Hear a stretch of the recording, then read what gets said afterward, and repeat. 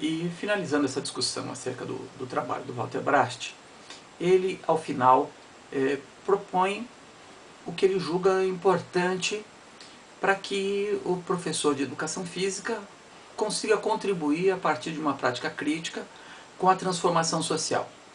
Ele cita 6 itens que ele considera importante nesse processo.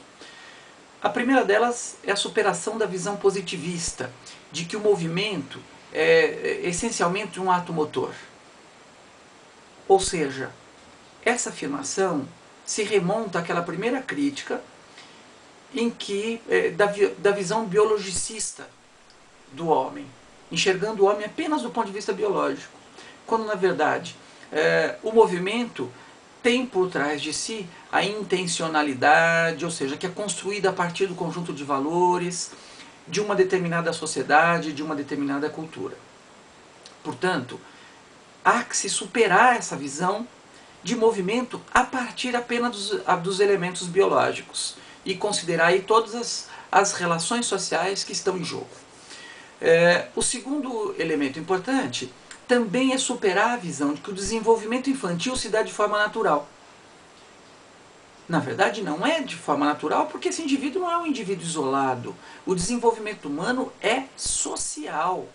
É em função das relações sociais, do local onde esse sujeito se insere na realidade, que vai se dar esse desenvolvimento do indivíduo. Então, é preciso superar a ideia ingênua de que o desenvolvimento vai se dar naturalmente.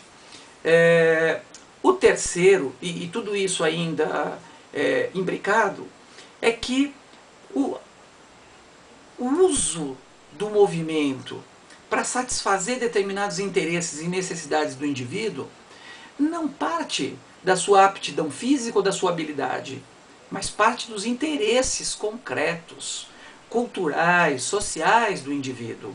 Então a prática esportiva, ela não nasce da capacidade biológica do indivíduo, do comportamento motor, mas das suas intenções, dos seus interesses. Ainda é preciso, no quarto aspecto, ele chama atenção para uma que ele chama de falsa polarização entre a diretividade, uma aula diretiva e uma aula não diretiva. Chama atenção para as contribuições de uma perspectiva não diretiva quando se enfrentava a crítica à educação tradicional, muito dirigida pelo professor, com pouco espaço para o aluno. Entretanto, chama atenção para o perigo do investimento no inverso, ou seja, de fazer com que a não diretividade seja o elemento central da aula, acreditando que o aluno possa ser o sujeito da sua própria, do seu próprio desenvolvimento. E, na verdade, numa perspectiva crítica, necessariamente o professor é quem deve conduzir o processo. Isso não significa que a aula deva ser essencialmente diretiva. Você tem que momentos de diretividade, ou seja, a noção primeira, a construção primeira, há sempre um norte a ser perseguido pelo professor, e dentro desses espaços, dentro de determinados espaços da aula, é possível que você implemente ações não diretivas, dando mais autonomia para os seus alunos. Então, na verdade, é uma relação dialética entre diretividade e não diretividade, e não uma exclusividade.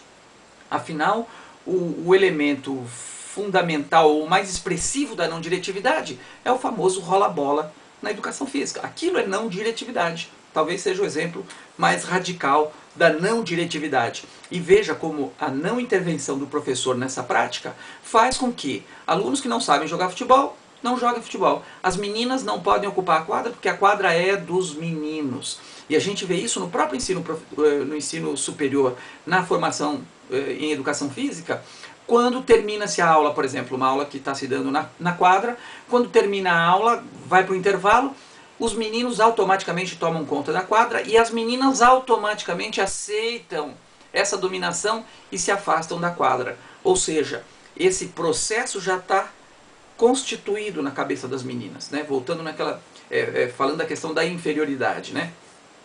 Então, por isso que a diretividade é importante.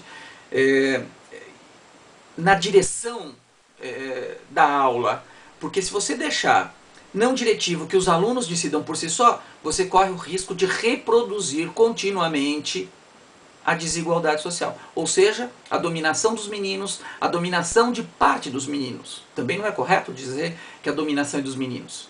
É de parte dos meninos que têm habilidade, que sabem jogar. O quinto aspecto é referente à não negação da cultura dominante. Por um certo tempo, nesse processo de luta por um projeto de classes sociais, você tende a um momento em que se propõe a negação de tudo que pertence à cultura dominante. E o Brecht propõe que não se negue a cultura dominante, mas que se aproprie dessa cultura dominante para transformá-la. Para transformá-la do ponto de vista ideológico, no sentido de se construir uma prática da cultura esportiva, da cultura corporal, de modo mais democrático, que pode, enfim, contribuir para o desenvolvimento humano. E por último, a ideia de que nas aulas de educação física o aluno não deve falar. Que na aula de educação física é para o aluno praticar, jogar. Óbvio que numa perspectiva conservadora de educação, quanto menos o aluno falar, melhor. Mas como o Walter Brecht parte de uma visão crítica, ou seja, de uma visão, de uma pedagogia que se pretende transformadora, é óbvio que dar palavra aos alunos, dar palavra aos sujeitos é fundamental. Portanto, falar, debater, discutir em aulas de educação física é fundamental. Fico por aqui. Tchau, tchau.